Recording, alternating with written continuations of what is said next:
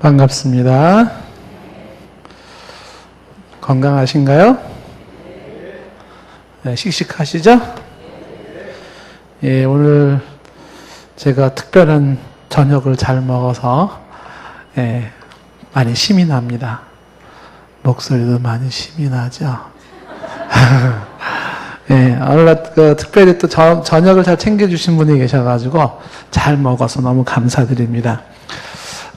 신학이란 무엇인가 네 번째 시간을 좀 얘기를 하는데요.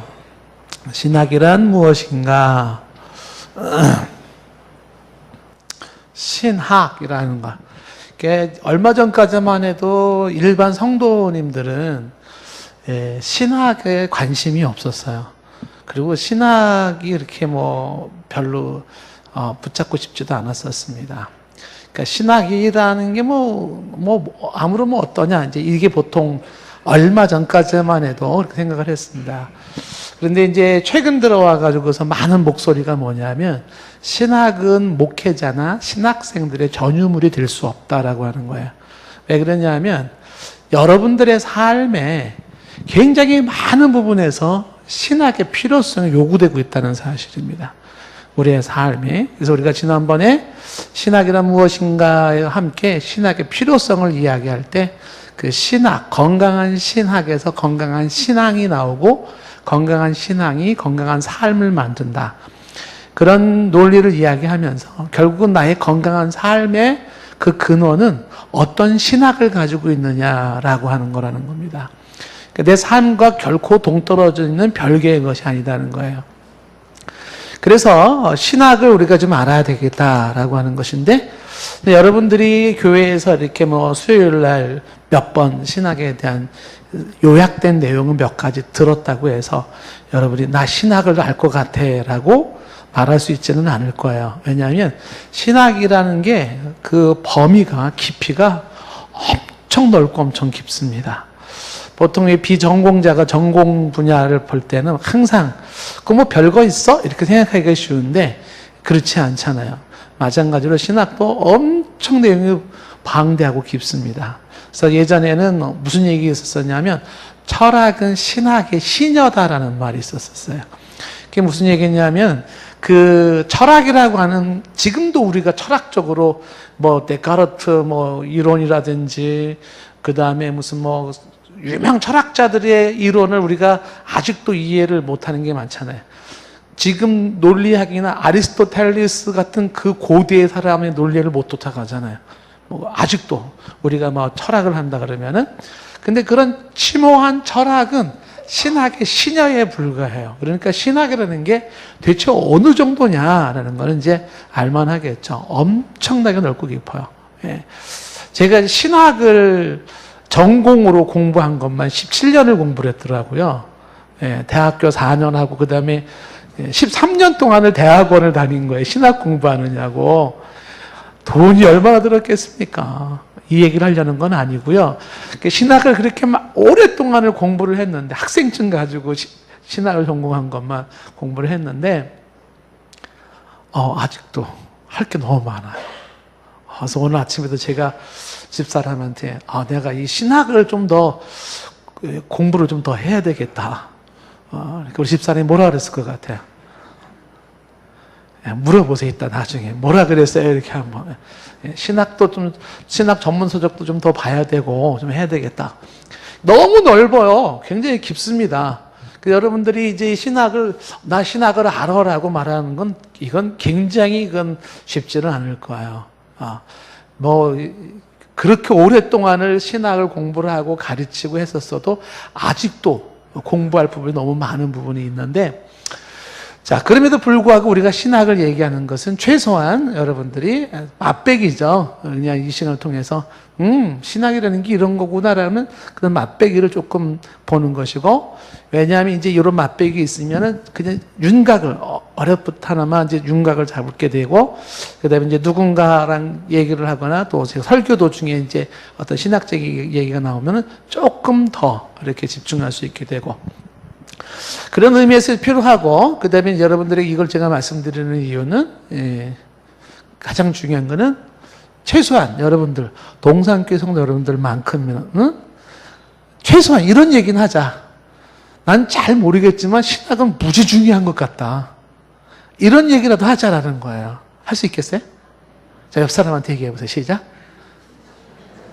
신학은 무지 중요한 것 같다. 이렇게. 난 잘 모르겠는데 무지 중요한 것 같다. 이 정도만. 그 정도만 여러분들의 반응을 보여준다 하더라도 이거는 제가 굉장히 아주 보람을 느끼는 거예요. 그래서 여러분들이 이제 알게 모르게 우리가 동산교회가 이제 이 땅에 건강한 신학을 세워나가는 일에 우리가 함께 또 기도해 주시고 마음도 모아주시고 신학교를 세우고 또 신학생을 가르치고 하는 이 일들에 대해서도 함께 저랑 같이 좀 호흡을 같이 주면 좋을 것 같아요. 아멘이시죠? 여러분이 직접 강의하셔도 괜찮겠지만 강의가 여의치 않으신 분은 제가 대신 강의를 할 때 어떻게 해라? 거기 왜 가요? 뭐 때문에 이러지 마시고 가세요, 하세요. 막 이렇게 했으면 좋겠어요. 반응이 나와야 되는데. 엊그제도 당장 하는 소리가 저기 콩고에 지금 거기 아프리카권에는 아프리카, 중국, 특히 아프리카, 중국 이런 데는요, 신학을 가르쳐 줄 사람이 없어요. 정말 사모해요, 사람들이. 얼마나 사모하는지 모릅니다.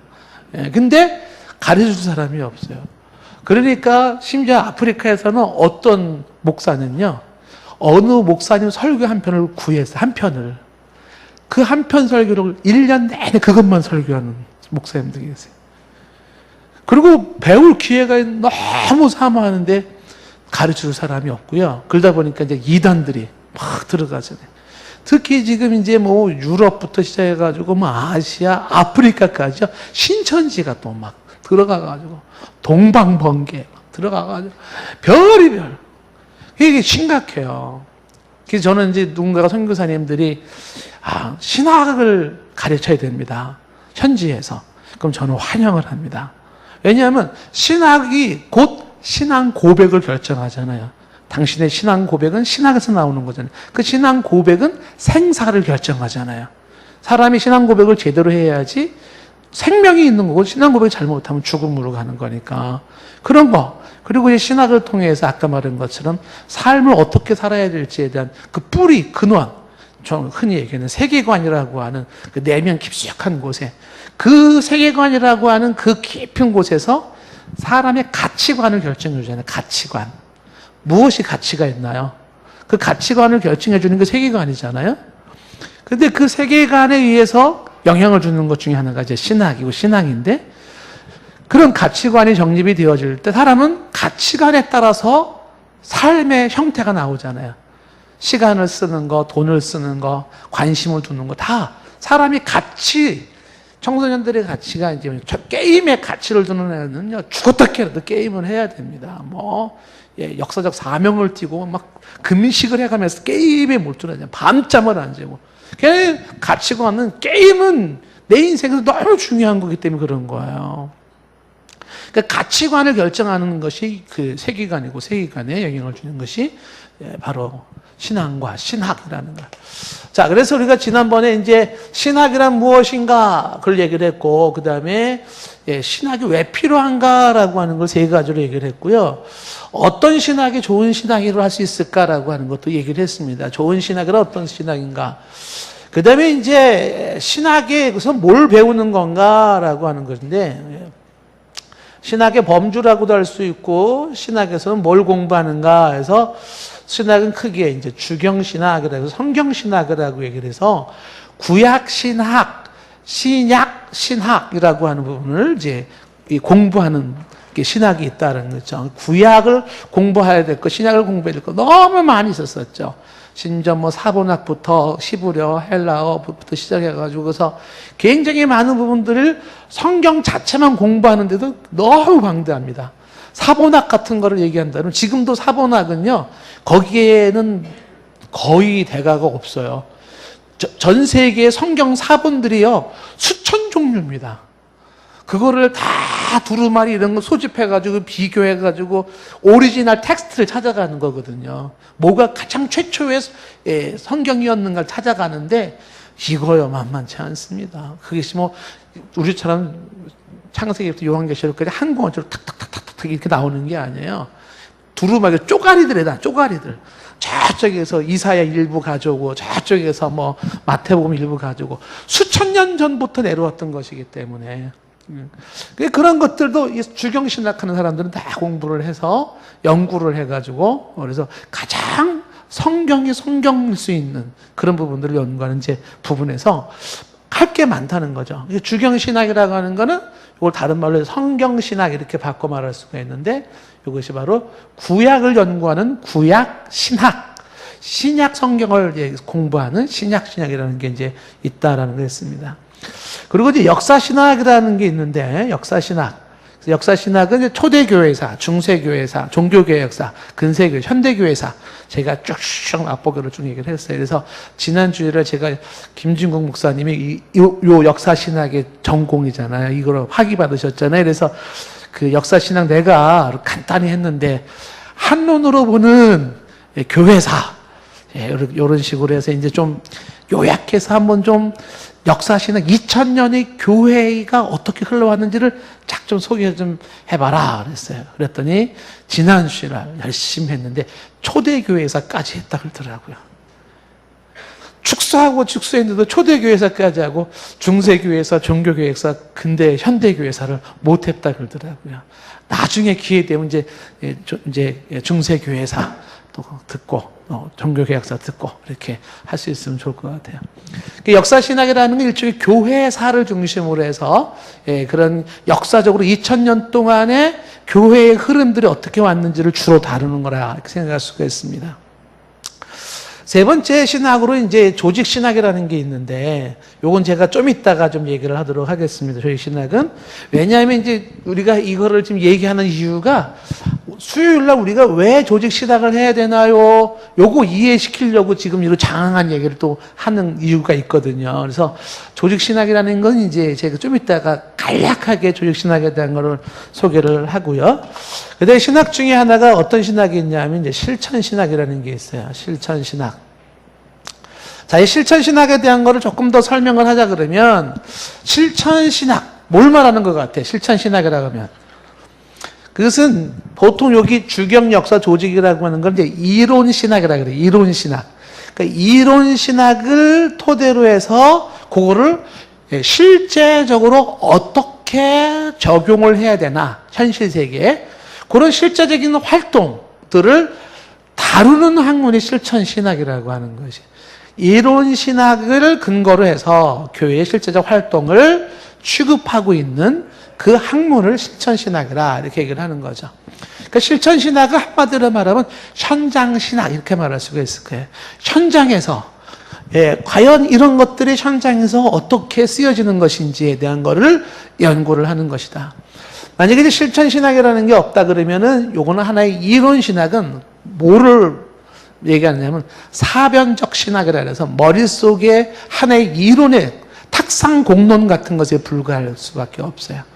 그런데 이제 신학이라고 하는 건 단순하게 탁상 공론이라고 하는 것이 아니고 머릿속에 사변적인 이론이 아니라 그것은 현실적으로 우리의 삶에서 구체적인 영향을 주고 역사를 할 수 있어야 돼요. 그래서 그 구체적인 삶의 현장을 어떻게 연결되는가, 이 부분을 이제 공부하는 것이 이제 실천신학이다라고 하는 것입니다.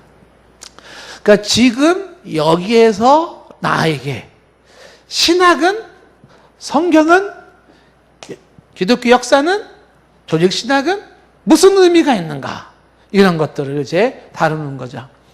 그래서 실천신학이라고 하는 거는 이제 예를 들면은 예전 같은 경우에는 어떤 일이냐면 초창기 때, 기독교라고 하는 예수님 이후에 초창기 때는 실천신학이라고 하는 것이, 그것은 한마디로 말하면 주로 목회에 관련된 거였어요. 목회를 어떻게 할 것인가라고 하는 이 목회적 적용이라고 하는 것이 가장 중요한 모습이었었다라고 하는 거죠. 실천신학에 있어서 그게 초대교회 때 특징이에요. 그래서 초대교회 때의 실천신학은 목회와 관련된 거여서 성도의 교제는 어떻게 해야 되는가, 뭐 직분자는 어떻게 세워야 되는가, 예배는 어떻게 드려야 되는 것인가, 전도는 어떻게 할 것인가, 주로 이런 내용들이 관련된 것을 실천신학에서 초대교회 당시에는 다뤘어요. 그러다가 이제 실천신학이 조금 더 지나서 소위 중세시대 590년부터 1517년까지라고 하는 약 1000년의 역사 속에 카톨릭이 지배했던 때에는 주로 실천신학이 어디에 적용되냐면 정치에, 그러니까 이 기독교가 어떻게 세상 정치에 영향을 주고 대통령보다 왕보다 더 높은 위치에서 세상의 권력을 쥐어잡을까, 이런 데에 관심이 많았어요. 그리고서 아주 복잡한 예배 의식 같은 거, 교회당을 왜 삐죽기 높이 세워야 되고 막 복잡하게 세워야 되는가, 예배 의식은 어떻게 그 장엄함을 유지하면서 해야 될 것인가, 그런 것들. 그러니까 이런 정치와 예배 의식 문제나 그다음에 교회 양식 같은 거라든지 이런 의식, 실천신학에서 주로 다룬 게 이제 그런 모습이었었어요. 그러다가 이제 종교개혁 시대에 들어와서는 실천신학이 주로 다루는 게 어떤 거냐면, 설교는 무엇인가? 설교는 어떻게 되는가? Back to the Bible. 성경으로 다시 돌아가라. 성경으로 돌아가라. 진정한 예배는 무엇인가? 뭐 이런 것들. 목회자는 어디에 중점을 둬야 되나? 이런 뭔가 기독교의 본질적인 부분을 어떻게 교회에 심어야 될까? 이게 이제 종교개혁 당대에 강조했었던 그런 모습이었었다라고 하는 것이죠. 그래서 종교개혁 시대 때는 이제 설교는 어떻게 해야 되는지, 그 다음에 여기서는 예배 의식이라고 말한다면은, 중세 때는 예배 의식이라고 말한다면은, 종교개혁 때는 예배의 본질은 어떻게 될 것인가? 이쪽에 실천신학이 이제 집중되기 시작하라는 것이에요. 그러다가 이제 종교개혁 이후에 19세기, 18세기, 19세기로 넘어오면서부터 실천신학은 점점 방대해지기 시작하는 게 뭐냐면, 기독교의 실용성이라고 말할 수가 있는데, 혹은 성경과 모든 내용들을 어떻게 현실적으로 적용할 것인가, 어떻게 현실적으로 적용할 것인가 하는 문제가 생각이 나오기 시작하는 거. 어떻게 현대 사람들의 수많은 현장 속에서 기독교가 존속할 수 있을 것인가 라고 하는 것이죠. 그러니까 기독교가 들어가는 곳곳마다 상황이 다 달라요. 예를 들면은 뭐 못 배운 사람들이 있는 곳, 아주 미개한 사람이 있는 곳, 혹은 아주 박식한 사람이 있는 곳, 굉장히 문명이 발달된 곳이 있는 곳, 수많은 상황에 따라서 어떻게 기독교가 거기에 적응을 할 수 있을 것인가에 대한 소위 말하는 현장성에 대한 이야기가 이제 많이 다루어지기 시작을 하는 것이에요.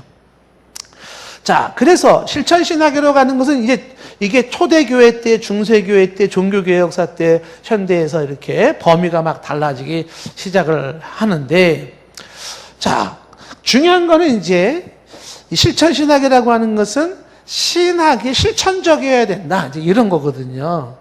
신학이 실천적이어야 된다. 그러다 보니까 실용성까지 와서 이 신학이 실천적이 되기 위해서는 이제 이게 범위가 어떻게 연계되냐면 이렇게 되는 거죠. 이 실천신학에서 제일 중요한 게 뭐냐면, 기독교라고 하는 게 기독교인, 크리스찬이라고 그러죠. 기독교인. 제가 빨간 글씨를 쓴 거는 이제 중요하기 때문에 그래.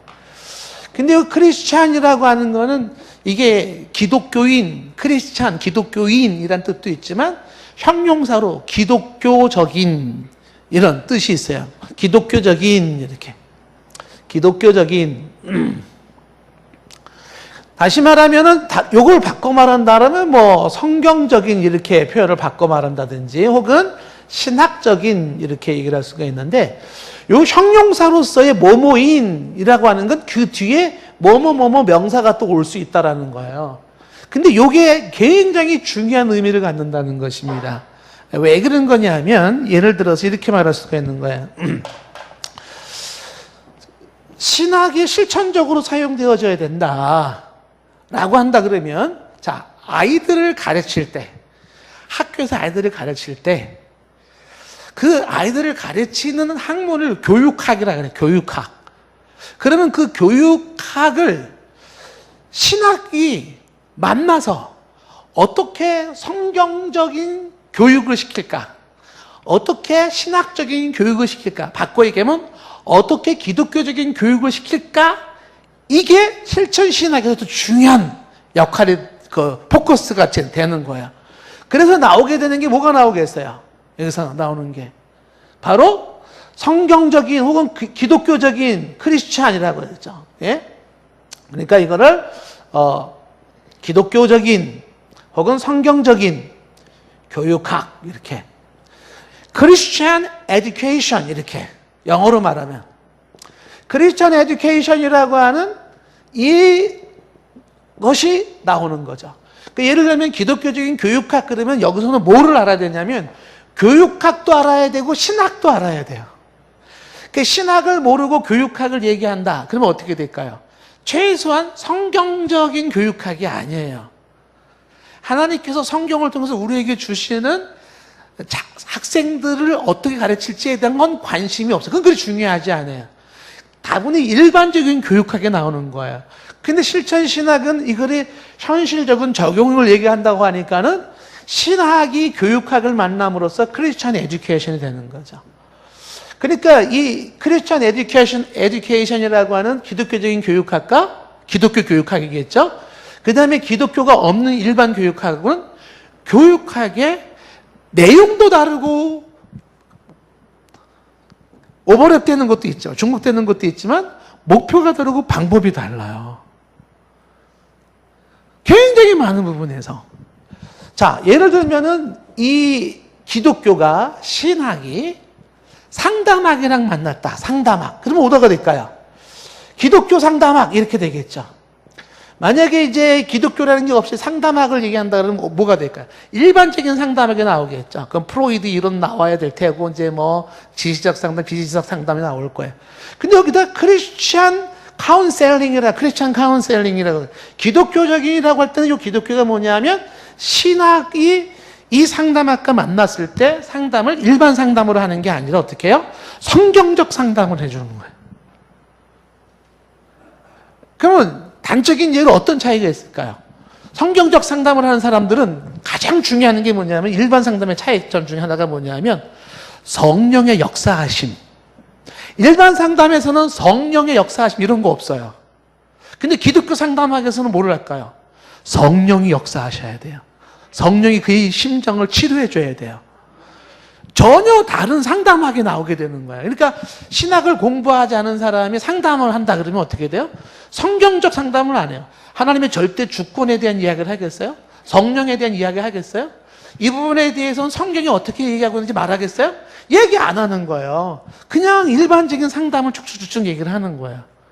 그래서 이게 응용이 되어질 때 실천신학에서 각각의 분야마다 어떻게 신학이 현실적으로 적용이 되어질까라고 한다 그러면요. 이렇게 얘기가 되어질 때. 기독교 이렇게 나와요. 그래서 이 크리스천이라는 단어가 항상 앞에 붙어야 해요. 크리스천 에듀케이션, 크리스천 카운셀링 이렇게 되는 거예요. 근데 이런 게 지금 계속 나와줘야 된다는 거죠. 자, 그러면은 어떻게 되겠어요? 누군가가 저는요 전공을 음악을 전공했어요. 그러면 이 사람이 이 신학의 실천 신학에서 음악을 얘기한다 그러면 어떤 음악이 나오겠어요? 당연히 기독교 음악이 나오는 거예요. 기독교 음악. 그 일반 음악하고 기독교 음악하고 또 종류가 달라지는 거예요.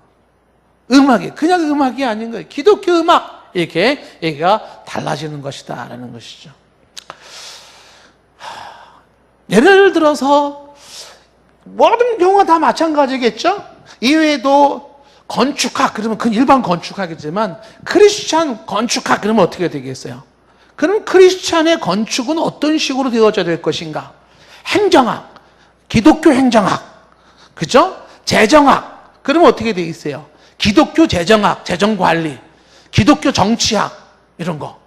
그러니까 실천신학에서는 우리의 삶에서 다뤄지고 있는 모든 내용들이 다 아우를 수 있는 이게 바로 이런 신학에 대한 응용이라고 하는 것이.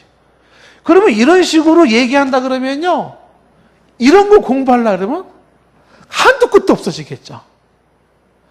여러분들이 교육학을 얘기한다 그러면 교육학에 대한 전공 분야를 가져야 되잖아요. 교육학을 모르고는 또 교육학을 논할 수가 없다고요. 그런데 또 교육학만 얘기하면 일반 교육학이니까 기독교 교육학을 하려면 어떻게 된다? 신학을 알아야 되는 거예요. 신학을. 최소한의 MD부 정도를 하는 신학을, MD부 정도 3년 공부해가지고는 안 돼. 신학 MD부 3년이 엄청나게 공부할 양이 많지만 그거 가지고 택도 안 돼요. 그렇지만 어쨌든 해야 된다. 법도 마찬가지겠죠. 크리스찬 법학 그렇게 되면 얘기가 더 달라지는 거지. 일반적인 법학하고 다르는 거예요. 회계학, 그렇죠? 크리스찬 회계학 얘기가 더 달라지는 거죠. 그러니까 공부할 게 굉장히 많아지더라라는 것이. 이 실천신학에서는 어떤 내용이 있냐면 기독교에서 뭐 교회 성장학 쪽에 들어가거든요. 교회 성장학. 그럼 교회가 성장한다는 게 뭐냐? 할 때 이제 교회 성장학에 대해서 공부할 게 굉장히 많아요. 대체 뭘 의미하는 거죠? 성장학에 대해서. 근데 흥미로운 게 뭐냐면 교회 성장학 같은 거 공부하다 보면 이런 게 나와요. 여러분 간호사나 이제 의사들이 이제 공부하는 것 중에 하나가 병리학이라는 게 있어요. 병리학. 근데 교회 병리학, 기독교 병리학 이런 게 있다고요. 교회 병리학. 이런 거 들어보셨어요? 병리학도 생소한데 무슨 뭐 교회 병리학은 또 뭐야. 병리학이라는 것은 이제 이런 거잖아요. 뭔가 질병이 생기는 그 질병의 원인이 무엇인지를 찾아가는 거예요. 원인을. 그리고 질병이 어떤 과정을 통해서 퍼져나가는지를 역학적으로 다시 거꾸로 파급해서 찾아가는 거잖아요. 그래서 그 질병의 본질적인 부분들을 규정하고 그 질병을 딱 잡는 거예요. 병리학이 굉장히 중요하죠. 어떤 병이 생겼다. 지금도 이제 달걀을 못 먹는다 그러잖아요, 지금. 살충제 막 그래가지고 홈플러스 지금 달걀 스탑 됐잖아요. 그죠? 달걀 좋아하시는 분들은 큰일 났습니다. 금식하며 기도하셔야 돼요. 주여 빨리 달걀 팔게 하옵소서. 그러면 왜 이 달걀이 살충제에 의해서 이렇게 나왔니? 이건 왜 병리학 차원에서 또 그 근본 원인을 추적해 들어가야 돼요. 어디서부터? 보니까 제 고향 강원도 철원에서도 지금 달걀 생산 중단, 양구에서 2군데 중단, 막 우리나라도 지금 막 유럽 세계가 막 난리잖아요. 근데 그런 것처럼 교회 병리학이라 해서 교회 병리학. 교회 병리학은 뭘 말하는 것 같아요? 교회가 병이 드는데 교회가 병드는 게 뭐 때문에 병드냐? 그거를 공부하는 거예요. 교회도 병들어요. 예를 들면 이런 게 있어요. 보여요? 교회 병리학 중에 하나가 친교 과잉병. 그러니까 교회가 너무 친교하면 그게 병이 돼요. 들어보셨어요? 친교 과잉병? 그 친교도 적당히 해야 되는데 너무 지나치게 우리 쎄쎄쎄쎄쎄하고 놀다가 이렇게 되면 이게 안 되는 거죠. 그런 게 있다고요. 시설 협소병. 교회 병리학 중에는요, 시설 협소병이 있어요. 유아실이 구비가 안 돼 있거나 주차장이 시원치 않은데, 우리 교회가 지금 이 병을 조금 앓고 있는 거예요. 시설 협소병이라는 게. 이게 교회의 병든 하나의 요인이 되고 있어요. 혹은 상호 오해병. 오해가 퍼져가지고 교회가 병드는 거에 있어요. 그 다음에 열정 감소병. 종류가 너무 많아요. 병이. 열정이 감소되는 게 병인 거예요. 예, 그 다음에 뭐 은사 개발 제한병, 그리고 고령화병도 있어요. 고령화병. 교회의 고령화병은 교회에 병드는 한 요인 중에 하나가 들어가요. 그래서 청소년과 아동이 점점 줄어들어가고 있는 거, 이거 교회가 병들어가고 있다라는 걸, 이런 거를 실천신학에서 다 이제 공부를 하는 거죠. 굉장히 많아요. 이제 여기에 이제 목회학이나 신방학이나 이런 것들 쭉 굉장히 많이 공부할 것이 있다. 자, 이런 내용들이 지금 실천신학에서 쭉 하는 것이다라고 하는 것이죠. 자, 그런데 이제 실천신학이 이제 이런 내용들이 쭉 공부를 하는데, 여기서 이제 신학 중에 하나가, 어떤 신학이 하나가 또 있냐면, 예전에는 이 4가지로 쪼갰어요. 신학을 크게 4개로 나눴는데, 지금은 이제 4개로 쪼개지 않고 하나를 더 쪼갭니다. 5번째로. 이 5번째 신학을 최근 들어서 이제 하는 게 이게 선교신학이에요. 선교신학. 선교신학. 선교신학이에요. 이 선교신학이라고 하는 건 말 그대로 이제 선교에 관련된, 전도에 관련된 것을 공부하는 게 선교신학이에요. 제가 미국에서 공부할 때 폴 히버트 교수라는 분이 아주 선교신학의 대가죠. 최근에 돌아가셨는데 그분이 이런 그림을 그리더라고요. 이렇게. 그분이 이제 그림을 그리며 설명을 했던 게 이렇게 있어요. 디알러지라고 하는 신학을 얘기를 하면서 신학은 지금 여기서 본 것처럼 성경신학, 주경신학이 있다. 성경신학, 주경신학. 신학은 역사신학이 있다. 역사신학. 역사를, 교회사, 역사신학. 신학은 조직신학이 있다. 조직신학. 좀 이따 설명할 조직신학은 이제 교리라고 하는 주제 중심으로 공부하는 조직신학이 있고, 그 다음에 이런 신학을 응용을 어떻게 할 것이냐라는 실천신학이 있다. 이렇게 실천신학. 이렇게.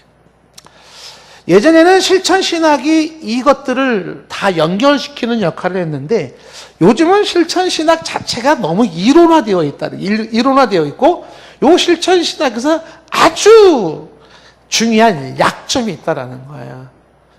지금 이런 것들, 예를 들면 실천신학에서 뭐 기독교적인 교육학, 상담학, 음악, 성장학 쭉 얘기를 할 때, 왜 이런 걸 공부해야 되는 거냐 하지. 결국은 선교하라고. 그래서 그 히버트 교수님이 얘기하는 게 뭐냐면, 요 가운데 하나의 신학을 둔 게 여기서 선교신학 이렇게 넣었던 것이다. 그러니까 선교신학은 이게 다 필요해. 이게 다 필요하고 이 모든 것들을 묶어주는 게 선교신학이다. 이렇게. 선교신학이다. 여러분들은 이제 하나도 감동이 안 돼요. 그래서 뭐 어쨌다고 뭐 이렇게 되죠. 이 얘기를 듣고 있던 조직신학을 공부하신 분이, 저도 이제 한국에서 조직신학을 공부했었잖아요. 조직신학 공부사람은 문제가 있다. 중심이 조직신학이어야지 뭔 소리를 하는 거냐. 이래. 성경신학을 공부하신 분들은요, 또 입이 이만큼 나오지. 뭔 소리를 하는 겁니까? 중심은 성경신학이어야지. 지난번 얘기했잖아요. 김중흥 목사님 뭐라고 얘기했어요? 뭔 소리 하는 겁니까? 역사신학이 중심이 돼야지. 분명히 그렇게 얘기해요. 한번 나중에 물어보세요. 그게 모두가 실천신학 공부하신 분 뭐라 그러겠어요? 당연히 중심은 실천신학이어야지. 이렇게 되는 거예요.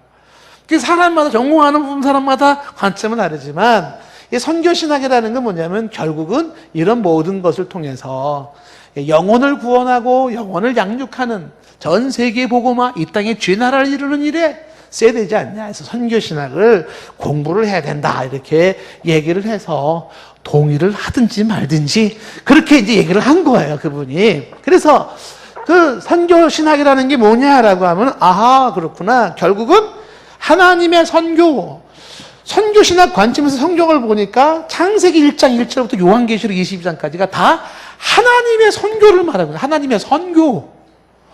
그래서 하나님이 결국은 선교가 어떻게 이루어지고 있는지를 쭉 다루고 있더라.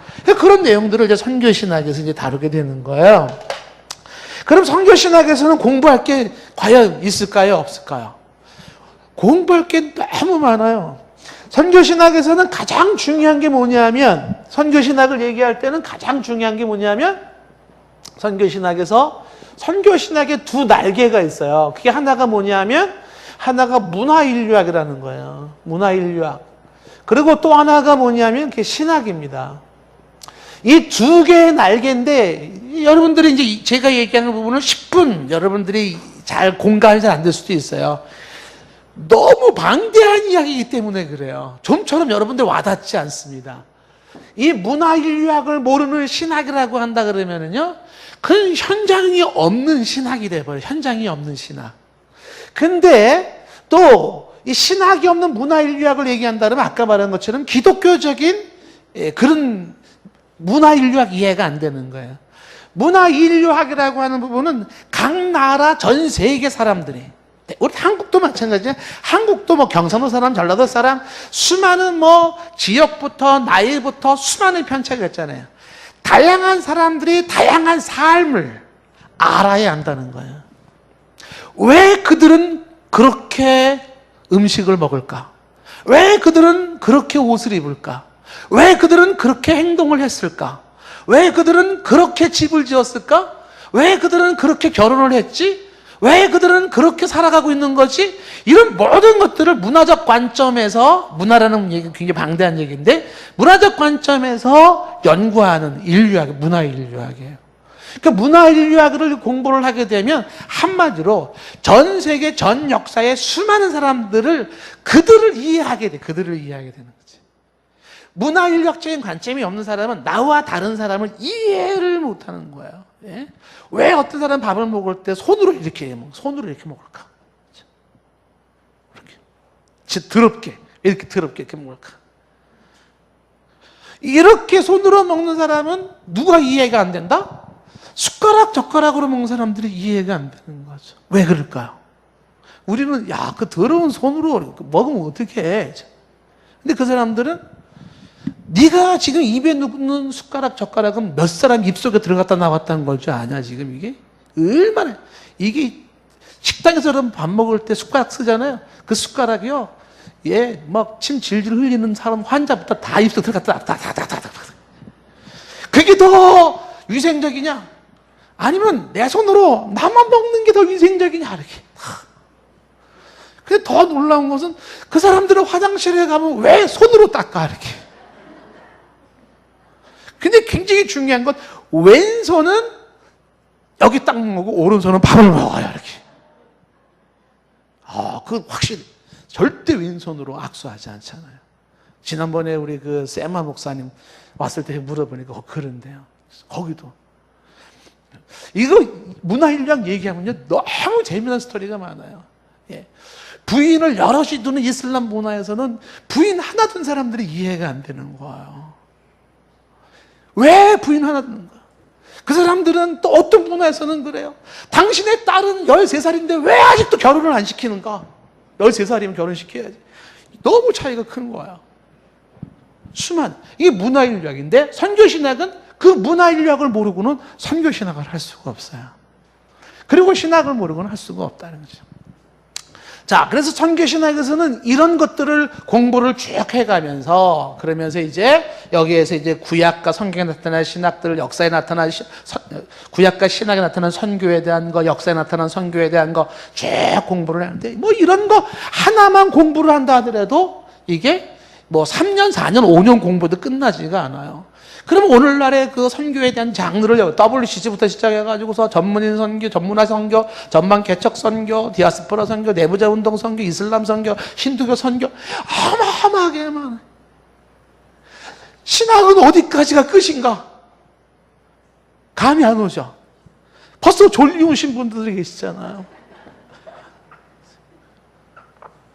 자, 그런데 지금 이제 요것만 얘기하고 좀 마치겠어요. 그 조직신학을 우리가 좀 수요일마다 좀 공부하려고 한다. 이 조직신학에 대한 얘기를 좀 잠깐 해보겠습니다. 조직신학. 자, 이 조직신학을 왜 수요일마다 조직신학을 공부하려고 합니까? 예? 목사님, 우리가 신학생입니까? 우리가 목사 될 사람입니까? 이런 거 안 하면 안 됩니까? 그냥 뭐 재미난 얘기 좀 해주면 안 됩니까? 막 이렇게 얘기하시는 분이 계시죠. 그 조직신학이라는 걸 왜 해야 되는가라고 할 때 몇 가지로 이제 정리를 해서 얘기한다면, 이 조직신학이 처음에 우리가 왜 신학이 필요한가 해서 얘기한 부분에 가장 결정적인 게 조직신학이에요. 그게 뭐냐면, 이 조직신학의 신앙 고백을 결정하는 거, 조직신학에서 신앙 고백. 이 조직신학이 왜 나왔냐 하면, 나는 믿는다, 고로 고백한다 해서 조직신학이 나오는 거야. 나 믿어요. 그리고 믿는 걸 고백을 하는 거죠. 그게 신앙 고백이에요. 우리가 지난 시간에도 주일날에 얘기를 들었잖아요. 마음으로 믿어 입으로 시인하는 거잖아요. 당신이 믿음을 입으로 시인해라 말이죠. 그럼 당신이 신앙 고백을 해야 돼요. 그럼 뭘 고백하시겠어요? 여러분들이 매주일마다 손 들고 나는 전능하신 하나님, 천지를 창조한 하나님을 믿습니다. 그게 다 그 사도신경이라는 신앙 고백이 조직신학의 축소판이에요. 나 이런 하나님 믿어요. 나 예수님, 이런 예수님 믿고요. 나는 몸이 다시 사는 거를 믿고요. 죄사하는 걸 믿고요. 성령을 믿고요. 영을 사는 거를 믿어요. 이걸 고백을 하는 거예요. 근데 그런 것들, 그런 하나님, 그런 예수님, 그런 성령님, 그런 인간, 이런 것들을 다 믿어요 라고 하는 것이 어디서 나온 거냐면 조직신학에서 나오는 거예요. 신앙 고백을 결정하는 게 조직신학이다. 그러니까 우리가 간단하게 사도신경이라고 하는 거를 간단하게 얘기했지만 조금 더 구체적으로 나간다면 나 예수님 믿어요. 그래? 그럼 예수님이 뭘 믿는데? 예수님을 인간으로 믿어? 예수님을 하나님으로 믿어? 그냥 믿어요. 이러겠어요? 이 사람한테는 예수님은 인간이에요. 이 사람한테는 아니요, 예수님은요 반이 인간이고요 반은 신이에요. 반신반인이에요. 인어공주처럼. 예, 인어공주는 밑에 꼬리는 물고기인데 얼굴을 이렇게 사람이잖아요. 뭐 이렇게 설명하시겠어요? 하나님을 어떻게 믿어요? 삼위일체 하나님 믿어요. 삼위일체 하나님이 뭐예요? 뭐 이런 걸 설명한다 그러면 이게 다 조직 신학에서 결정을 해주는 것이죠. 우리의 신앙 고백을 결정하는 게 조직 신학에서 나오게 되는 것이다. 그 신학을 공부를 해야 돼요. 이 신앙 고백이라고 하는 거는 아까 말한 것처럼 당신의 구원 여부를 결정하는 게 신앙 고백에서, 당신의 영원한 삶을 결정하는 게 뭐예요? 그게 신앙 고백에서 결정이 되는 거기 때문에 조직 신학은 중요하다라고 하는 것입니다. 그래서 예전에는 이 조직 신학도 지금 이 실천 신학처럼 초대, 중세, 종교개혁사보다 이 조직 신학도 달라져요. 예전에는 이 조직 신학은 신앙 고백을 이야기하면서 여기서 의도했던 게 뭐냐면 교회와 세상은 어떻게 다른 것인가를 조직 신학에서 얘기를 설명을 통해서 얘기를 해줬었어요. 그러다가 이 조직 신학은 도대체 이게 뭐가 정통이고 뭐가 이단인가를 구분해 주는데 조직 신학의 역할을 하고 있는 것이에요. 그 다음에 조직 신학이라고 하는 것은 오늘날의 수많은 기독교의 질문에 대해서 어떻게 변증을 할 것인가. 변증이라는 게 변호예요, 변호. 어떻게 변증을 할 것인가. 예를 들면은 여러분들 동성애가 왜 잘못됐어요? 이런 거는 여기 실천신학에서 다룰 수도 있지만은 조직신학에서 다뤄줄 수 있는 부분이죠. 윤리학 같은 경우, 기독교 윤리학 같은 경우는 조직신학에 들어가요. 그러니까 사람이 어떤 도덕성을 가지고 살아야 되고 어떻게 변증할 것이냐라고 하는 것이죠. 누군가가 물었어요. 이건희 씨가 죽으면서 질문한 거 있잖아요. 제가 그 질문에 대해서 카톨릭 신부에게 질문하고 죽었어요. 질문이 너무 제가 보기엔 훌륭해요.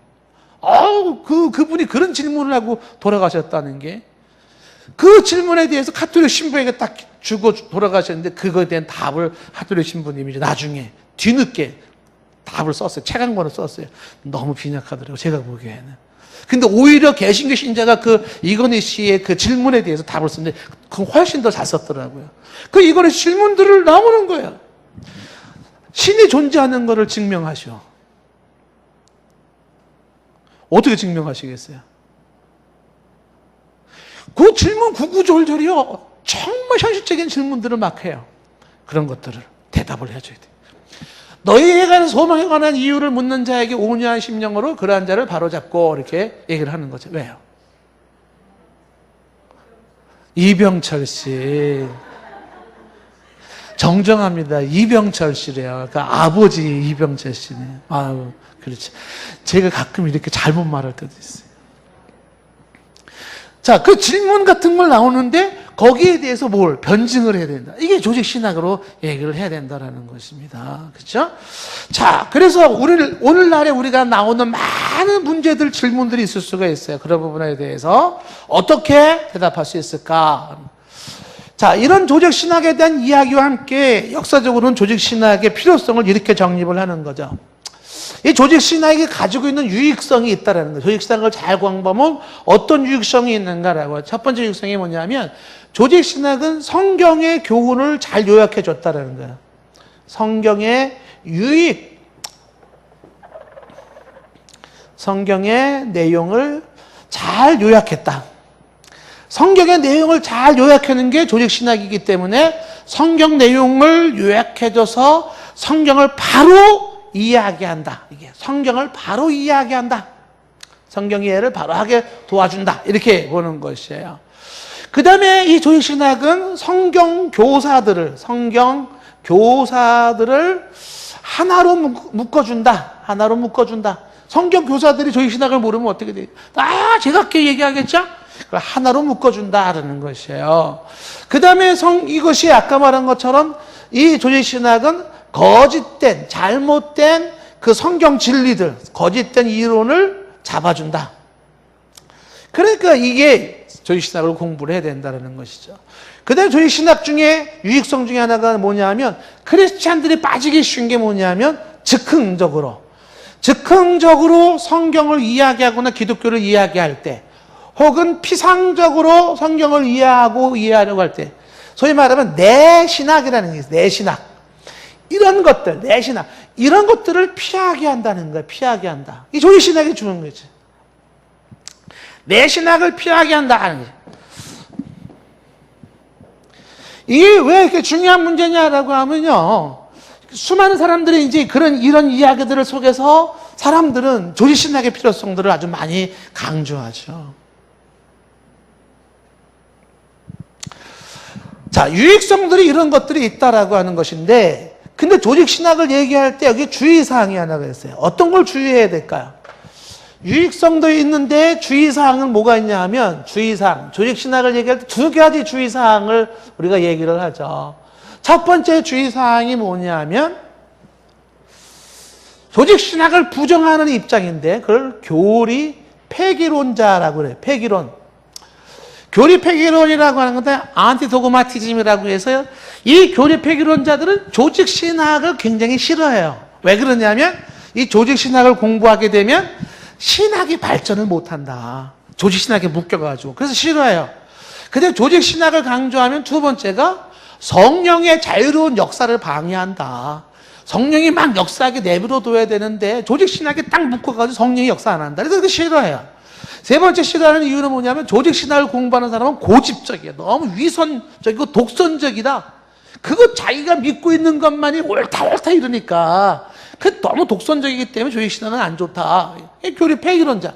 또 안 좋은 이유 중에 하나가 뭐냐면 조직신학이 강한 사람들의 특징이 뭐냐면 자꾸 파가 나누어지는 거예요. 예. 너 동의해 안 해? 안 해? 그럼 너 갈 길 가. 내 갈 길 갈 거야. 너 동의해 안 해? 안 해? 그럼 넌 네 갈 길 가. 그래가지고 파가 자꾸만 기독교가 자꾸 나누어져요.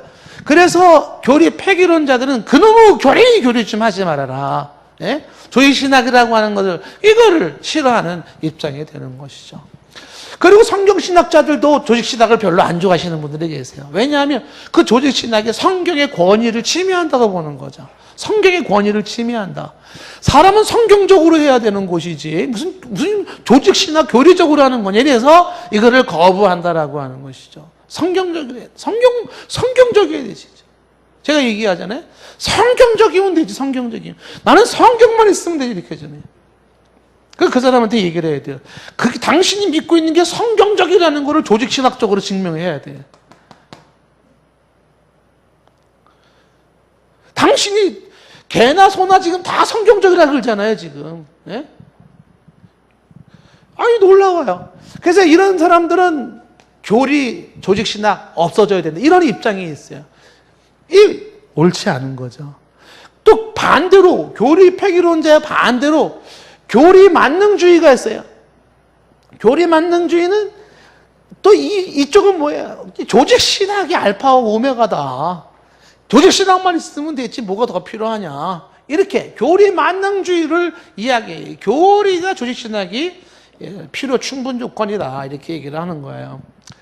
자, 이것들이 다 문제가 있습니다. 그렇죠? 여기서 우려하는 거, 여기서 우려될 수 있는 것들을 다 주의를 기울일 필요가 있다는 것이죠.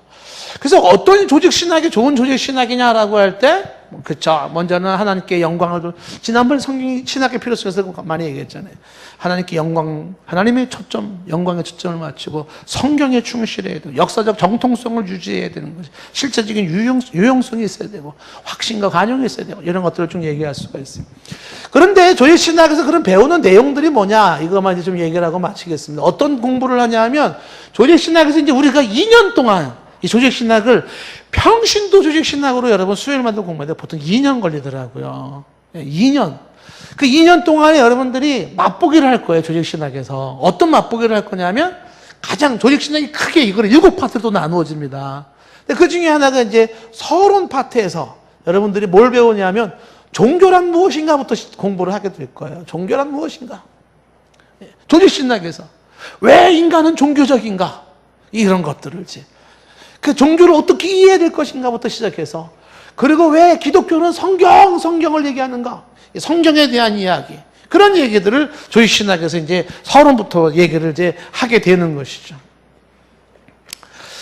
그래서 이제 이런 걸 공부를 하면서 성경을 얘기하면서 계시가 우리가 오늘 얘기하는 뭐 계시, 일반 계시, 특별 계시에 대한 이야기를 쭉쭉 공부를 하게 되고, 그리고 이제 하나님에 대한 공부를 하게 되는 게 신론이에요. 하나님에 대해서, 하나님의 존재, 그 다음에 하나님의 본질, 하나님의 명칭, 하나님의 속성, 절대적 속성, 그 다음에 상대적 속성, 삼일체 하나님, 하나님의 사역, 계획, 작정, 예정, 창조, 물질 세계의 창조, 영적인 세계의 창조, 섭리, 보존, 협력, 통치, 뭐 이런 것들 쭉 신론, 하나님에 대한 공부를 하게 되고, 그 다음에 공부해야 될 게 조이신에서 인간론을 공부를 하게 돼요. 인간론, 인간이란 무엇인가? 그래서 영혼은 뭔가? 영혼의 기원은 어디서부터 시작되는가? 그 영혼은 어떻게 되는 것인가? 하나님의 형상대로 지음받은 그 하나님의 형상은 무엇인가? 죄인 그런데 그 죄의 본질은 무엇인가? 죄는 어디서부터 시작됐나? 뭐 이런 것들. 그리고 왜 예수님을 믿어야 구원을 받는 것인가? 은혜 언약은 무엇인가? 뭐 이런 것들. 동시에 네 번째는 이제 인간에 대한 공부와 함께 예수님은 누구냐라는 기독론에 대한 것을 공부하는 거죠. 예수님은 누군가? 예수님의 명칭을 어떻게? 예수님의 이성 일인격이란 무엇인가? 예수님의 비하와 승기는 어떤 것인가? 예수님의 삼중직은 무엇인가? 예수님의 속죄는 어떤 것인가? 등등 그 예수님에 관련된 것 쫙 공부를 하게 돼요. 그 다음에 구원론에 대한 것을 공부를 하는 거죠. 구원론. 구원론에서는 뭘 공부를 하겠어요? 여기서 구원론은 다른 말로 말하면 성령론이에요. 성령론. 그래서 이제 성령이 어떻게 구원의 역사를 이루어 가시는가? 성령의 일반적인 사역에 대한 거. 구원에 있어서의 사람의 선택은 뭐고, 소명은 뭐고, 중생, 거듭남은 뭐고, 회심은 뭐고, 믿음, 신앙이란 뭔가, 의로워진다는 칭의는 뭔가, 양자와 성화와 영화는 뭔가, 뭐 이런 것들, 구원에 대한 얘기를 쭉 얘기해요. 여섯 번째는 이제 교회론을 공부를 하겠죠. 교회론. 그 교회가 뭐냐라고 했어요. 교회. 유형교회와 무형교회의 차이가 뭔가, 투쟁적 교회와 승리적 교회의 차이가 뭔가, 조직교회와 유기적 교회의 차이가 뭔가, 교회의 3대 속성은 뭐로, 뭘 교회를 교회라고 할 수 있을 것인가, 참된 교회의 표지는 무엇으로 말할 수 있을까, 교회 정치는 어떤 정치를 해야 되는가, 교황정치, 회중정치, 감독정치, 국가정치, 장로정치, 뭐냐, 교회의 직원은 뭔가, 일반 직원은 뭐고, 특수직원은 무엇이어야 하는 것이, 은혜의 방편은 뭔가, 뭐 이런 것들. 여러분 제가 얘기하는 거 다 대답할 수 있는 분이 있으면요, 하산하셔도 돼. 말도 되게 빠르잖아요. 그래서 교회론에 대한 것 쭉 공부하고, 일곱 번째 종말론에 대한 거를 이제 우리가 공부를 하겠죠. 개인적 종말로서 육체적 죽음이란 무엇인가? 죽음 이후에 중간 상태는 어떻게 되는가? 일반적 종말로 그리스도의 재림에 관련돼서 천년왕국과 부활과 최후 심판과 신천 신지 상태는 어떻게 되는가? 이런 것들을 공부를 하게 되는 것이죠. 자, 여러분들은 지금 이제 간단하게 제가 이런 것들을 우리가 지금 이제 공부하려고 한다. 요거를 2년 동안 공부를 할 거다. 뭐 할 것도 없을 것 같은데, 이러나요? 그렇지 않아요. 근데 조직신학은 이것 말고도 공부할 게 사실은 굉장히 많아요. 예, 신조학이라고 하는 거, 이제, 신작, 이런 것까지 얘기하면 여러분 막 정신이 다 나와져요. 예. 에큐메니카 신조부터 장로교 신조, 루터교 신조, 막 신조가 쭉 있어요. 뭐 이런 것도 공부해야 되고, 현대신학에서 자유주의 신학에서 세속신학, 해방신학, 무슨 뭐 종교다원주의, 무신학, 세대주의 신학, 근본주의 신학, 뭐 이런 것까지 얘기한다 그러면은, 제발, 이렇게. 자, 그래서 이제 여러분들이 조직신학을 이제 공부하면서, 조직신학을 제가 가르치는 이유가 뭐냐면, 조직신학을 잘 공부하시면 여러분이 기독교가 딱, 예. 역사적 정통 기독교가 어떤 건지 이렇게 딱 세울 수 있는 기회가 될 수 있다라고 하는 것입니다. 다른 건 몰라도 난 잘 모르겠는데 신학은 무지 중요한 것 같다. 이렇게라도 막 얘기를 해주시면, 사람들 만나면 그렇게 얘기해 주세요. 야, 신학 굉장히 중요해. 공부할 거 엄청 많어. 그러니까. 예. 그 중에 하나 조직신학에 대한 거 우리 공부를 할 때 또 잘 배우면 좋겠고, 마음 같아서는요 이렇게 했으면 좋겠어요. 우리 이제 다음 주부터 조직신학 이제 본론으로 들어가서 이제 서론에서부터 공부를 할 텐데, 요 앞줄을 장로님들, 여기는 권사님들, 그 뒤에 안수 집사님들 이름표 딱 붙이고, 옛날 학교 다닐 때 여학생들은 하얀 카라에 검정 옷 입고 오시고 모자 딱 쓰고 호크 탁 채워가지고, 요번에 제가 오늘 갔던 어느 교회가 글쎄, 우리 학교 다닐 때 교복 있잖아요. 여자 교복, 남자 교복을. 그거를, 교인들이 그걸 입고서 세상에. 어느 분이 그걸 대여해주는 데가 있대요. 40벌을 빌려와가지고, 교인들이 다 그 옷을 입고, 뭐 했을 것 같아요? 전도 나간 거야, 전도를. 그리고 막 나이 많이 드신 그 집사님들도 옛날 여고 시절을 생각해가지고, 머리를 두 갈래 또 탁 따가지고 이렇게 해가지고, 하얀 카라에 치마 탁 입고 막, 교복 안 입으신 분들은 이제 그 목 상상이 안 되죠.